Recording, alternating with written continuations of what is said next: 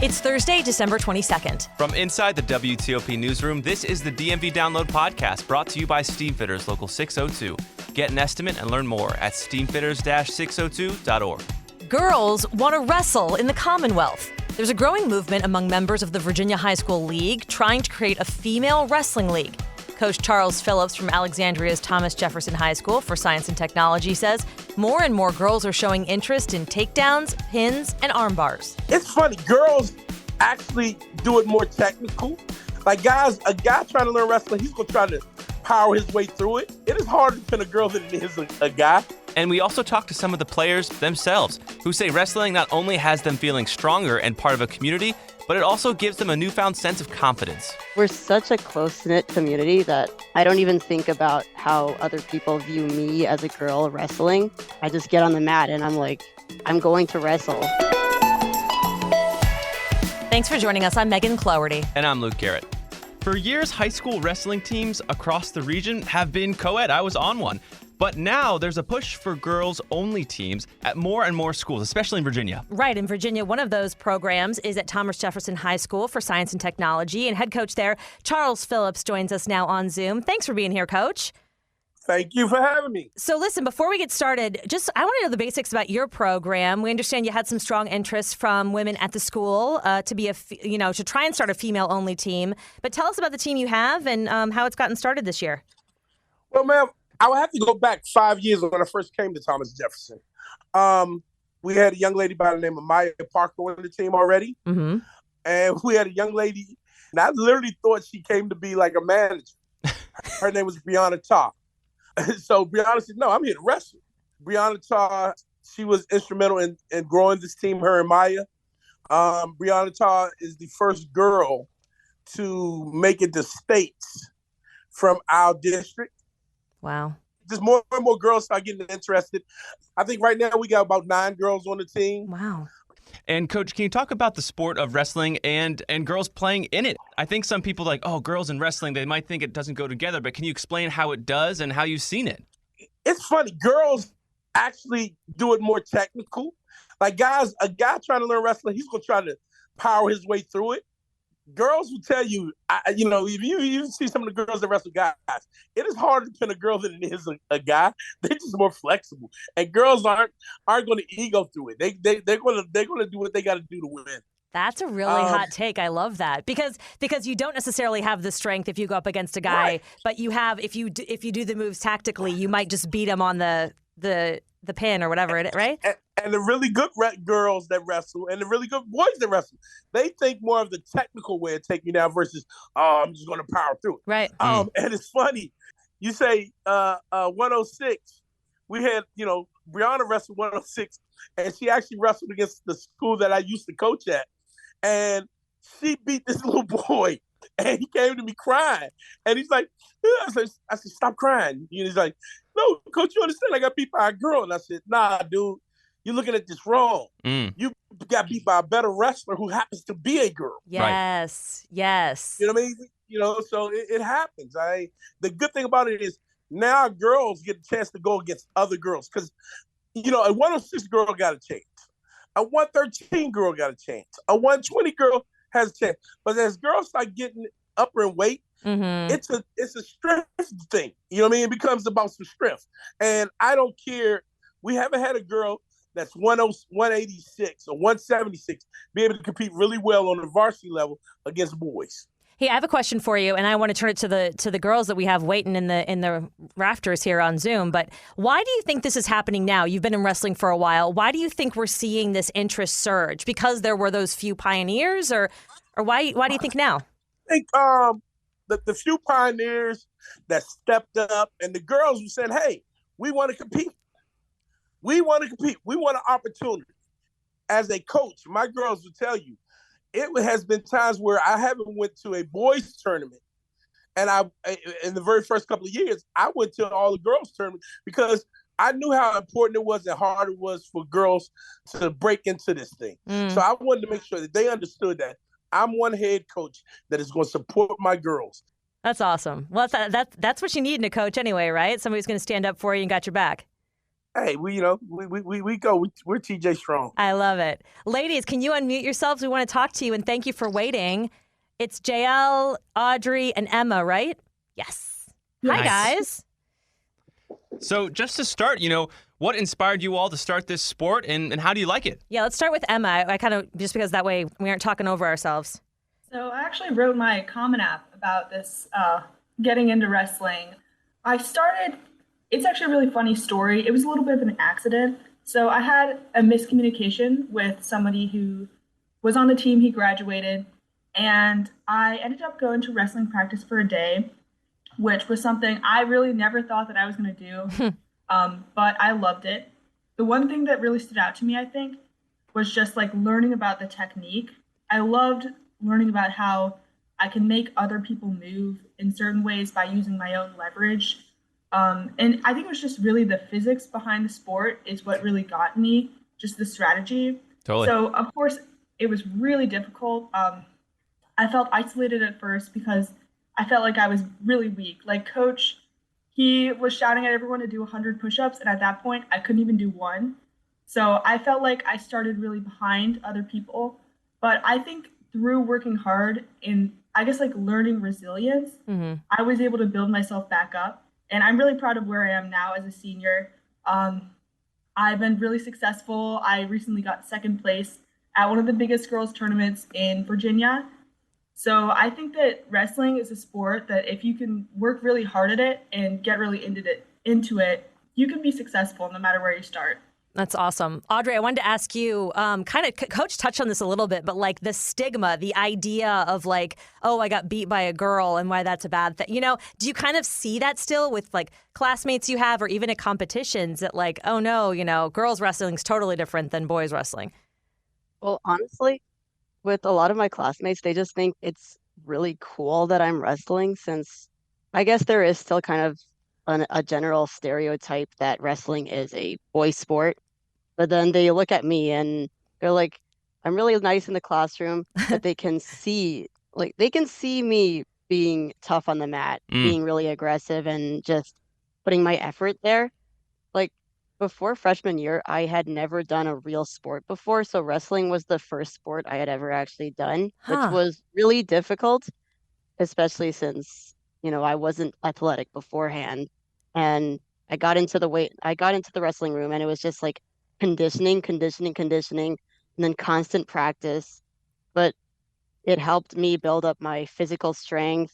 It helped me build up my stamina and everything else. And even just the wrestling community itself, like coach is basically a father figure to me. Aw. And the entire wrestling room is just, we're such a close-knit community that I don't even think about how other people view me as a girl wrestling. I just get on the mat and I'm like, I'm going to wrestle. That's I'm awesome. gonna put my effort out there, just do whatever I can. If I win, that's awesome. If I don't win, then I just need to learn from whatever mistakes I made and just take those lessons to heart. Luke, tell me this. I mean, you guys can all speak to this. I did not wrestle, but I mean, my impression from the outside is how challenging it is mentally. I mean, like you mentioned, conditioning. Like, you can't skimp on that stuff, right? I mean, No. you have to be there every single day. The strength, even just like, Yeah, and right? I mean, the sport that's- is dedicated to the use of how you use your body against another. It's like not like dancing, but it's something similar to that. where you have to recognize physically where you are and what to do next. Yeah, and it's really empowering, I think. Or that's what I found when I was in high school. I'm not sure if you all feel similar. Coach actually calls wrestling like a human chess because it's something that you like, it's all mental. Like when I first started, because it's my first year, I'm still working on it. I think I'm stronger than everyone because I've always done pretty like intensive sports. So I'm like, I feel like I can like overpower all the guys. But once I did my first couple of matches, I realized like, no, I really have to like do other things and try to use my strength. So it definitely is like a lot of mental barriers, even like telling yourself that you can do it, even though everyone tells you like, oh, boys are going to beat you. Even some of my family, when I first started, always were like, no, don't do wrestling. You're going to get a concussion. You're going to like die. All this crazy stuff. I was going to wrestle boys. But it's definitely like you against yourself sometimes. That's interesting. Dale, tell me, like, when it comes to finding those equal matchups, because they can sometimes be against guys, I imagine. But when you go to these tournaments where you're playing other women, is that a different feel, or kind of describe that to me? It is definitely different. I feel like with guys, it's a lot more aggressive, and it's not because they're guys. It's because they have that mindset like, oh, you're a girl. I need to go even harder because if you win, it's worse for me. With That's girls, interesting. it's a lot more community. Like this last Saturday, we had a tournament, and I got first place with my class. But the girls that I wrestled with, like right after we finished, we were smiling at each other. We were talking. We were like, "Oh, that was so good! Like you did this and this and this, and that was so cool." And like it was just more community because it's people who experience similar things to you. Like they know what you go through.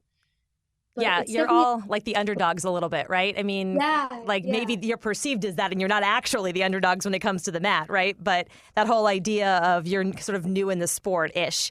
I wanted to ask Audrey, I think one of the sort of maybe silver linings of this kind of training is you know how to protect yourself, right? I mean, there's a certain element of this that you can use for the rest of your life if you don't ever become a professional wrestler. Can you talk about that and why you think, do you think that's an important thing for people to know if they're considering joining the wrestling team? Most definitely. So my parents were actually, like, they helped me actually get into wrestling in the first place. They were talking to coach about wrestling and just TJ in general at the beginning. Yeah. And they thought, since I wasn't really doing anything beforehand, they thought both wrestling would be a good way to just train my physical abilities to get me stronger, but to also help me defend myself, just so I could have something I could do for the rest of my life. So I know some of the wrestling moves might not be applicable outside in like fights or stuff if I really do get hurt, but some of them definitely, like especially if, like, my dad tells me a lot of fights end up on the ground.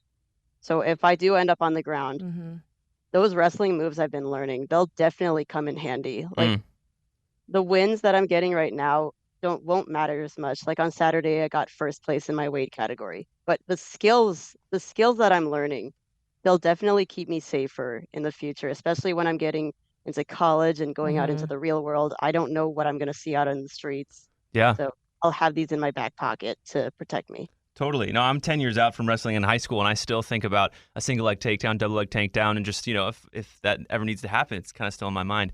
Emma, you mentioned that you wrote about this in your Common app, so it sounds like, you're about to leave high school. Are you hopeful that this kind of movement, this spark of, girls wrestling is going to continue on and grow even after you leave for college?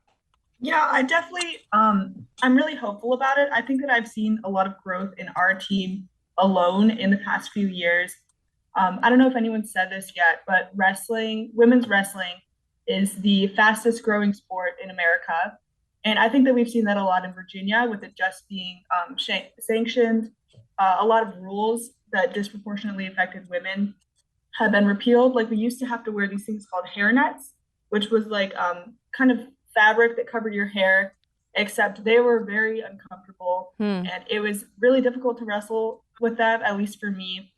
And you'd notice that this rule wasn't really applied to the men that had longer hair. They only noticed when the women weren't following it. So I'm really glad that that was taken away. We have access to things like women's singlets now, which are a lot more high cut, and we don't have to wear shirts under our singlets anymore, which is a lot more comfortable. I think that with all of these like new improvements, we're making the sport more accessible for girls, and I think they'll maybe be more likely to try it out and maybe not as afraid as well. Yeah, I think this conversation is a fact to that. I think just hearing you all and your reflections, it's been really interesting to hear. Well, yeah, and I'm especially surprised and inspired actually to hear how inclusive the community is. Emma, you said, are you just seeing that like really like within like the teams that TJ plays closely, or are you seeing that in a broader way? I think that I've seen it countywide as well. Wrestling, it's not only something that you can just like play D1 in college. It can help you with a lot of other sports that you do. So like for me, I also row on the crew team, and a lot of college coaches were interested in talking to me because they thought it was really unique that I wrestled. Right. And I think that really helped me. Definitely. Awesome. I mean, I think that makes you stand out, especially getting into college. Totally. But it'll also help you in other sports. You're right. Sir, I just wanted to say for the record, you as a parent, I want my kids to do something active, especially my daughters, because the real world isn't friendly. All right? We want our girls to be able to protect themselves. The one thing I know about my girls, the little bit of stuff they do know, they'll be able to at least protect themselves. And it's so situationally important, but also just mentally, a confidence. The confidence that you know that when you walk down a street, you can walk confidently and not be afraid because you know you've got skills. That's so important. And not only just as athletes are you learning like the hard work, the discipline, the focus that you learn from any other sport, but you now have this sort of situational awareness, and you're part of something that's like starting. That's like a bit like starting to grow in the beginning of the sport. It's such a cool thing. In fact, I would love for your listeners to try to donate money because I want to do the first Metropolitan all-girls tournament. Yes. We want to invite kids from D.C., Maryland, Virginia, and Delaware to come to wrestle at TJ for an all-girls tournament. And Coach, super tournament. We want to invite every young lady that wrestles, and coaches to come out, watch it. And girls wrestling in college is getting really big now. Yeah. So we want to invite girl college coaches to come. I have daughters and I have granddaughters. So for me, I wanted to make sure that my daughters will have the same opportunity as anybody else in sport. Guys, thank you all for being here, Coach Phillips. We really appreciate it. And hopefully we can get you with that super tournament going here in a little while. Hey, hopefully, because we really want to put that event on next year. You got Marymount University over there, Coach Roy Hill. They're about to start their own girls team. That's a local college team that's about to get started up. Well, congrats to everybody for the hard work you've put in so far, and we are really excited to see where it goes. So maybe next year around this time we can check in with you and say, hey, what's up? Whatever happened to Emma, or where's the program at now, or whatever. So we'll be in touch. Thank you. Thanks, guys. Thanks, Good y'all. luck. Thanks, you Thank you, ladies. And coming up after the break, it's gift giving season, which means there's going to be a lot of ripped up wrapping paper. But can you recycle it? We'll talk about it in 60 seconds. Backed by the experience of its hardworking members, Steamfitters Local 602 is ready to take on your next commercial, heating, cooling, HVAC, or refrigeration project. Steamfitters Local 602 adds value to our community through its partnerships with local contractors and building owners, all while keeping the focus on improving the lives of its members and their families throughout the DMV. For work that's on time and on budget, go to steamfitters-602.org to schedule your next project. That's steamfitters-602.org. Steamfitters Local 602. Changing lives. Explain your DNA on 10 cases, man. You're inside the police interrogation room with the alleged Potomac River rapist. I'm not guilty on any of this stuff. So calm, so reasonable. Could this be the man who terrorized women for 9 years before murdering a brilliant scientist 2 decades ago? Experience one of the most fascinating true crime podcasts available. Join crime reporter Paul Wagner for Unknown Subject, Season 3 of WTOP's American Nightmare series. Search American Nightmare Podcast on all podcast platforms. And before we go, it's the holiday season, which means things are being wrapped. But what do we do with those wrappers after we're done with them? Christy King is here because she's got a story to tell. I am so surprised to learn plain old paper isn't always recyclable. Right. Fairfax County Department of Environmental Service, the public works people who pick up the trash and do the recycling. Okay. They put out helpful hints, don't do this. The tissue paper that you shove into the gift bags, right? To hide the thing inside you're not supposed to recycle that. Dang. And all wrapping paper is not created equally. Don't even bother putting in the recycle bin paper that has, what's it called? Like any type of sheen or when it picks up the light. And metallic, glitter. Wow. Any kind of applique. Bubble wrap. That you can't recycle that? Foam peanuts. And when I was thinking, see, the thing is, you have to know what the peanut is because some of them are potato, right? Some of them are environmentally friendly. But the styrofoam, I didn't put that in my web article, styrofoam, because that's actually like a product name. Oh, right. Like a registered trademark. Little the R. foam peanuts. And the bubble wrap, and that can't be recycled. I was really, really surprised. Wow. All right, so just to review, cardboard boxes, good to recycle, regular pieces of paper that are used for wrapping, good to recycle, but what else is not good?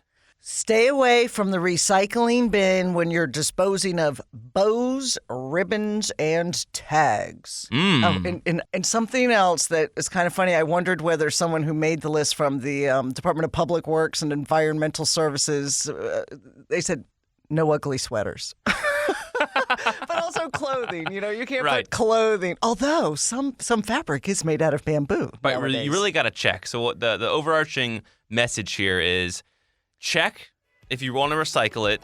It'll tell you whether you can. And if it doesn't tell you, it's probably not good to put in the recycling bin. And have fun tearing that paper up. Don't forget that. Happy holidays. Thanks, Christy. And that'll do it for us today on the DMV Download Podcast. We're brought to you by Steamfitters Local 602, and our music is by Real World. Give us a review and rate our show if you get the chance. We love hearing listeners and what they think about this show. You can also find us at dmvdownload.com. This podcast is a product of WTOP News. Listen on 103.5 FM in the DC area, 107.7 FM in Virginia, 103.9 FM in Frederick, Maryland, online at WTOP.com, and of course, on the WTOP News app. Have a great night, and we'll see you tomorrow.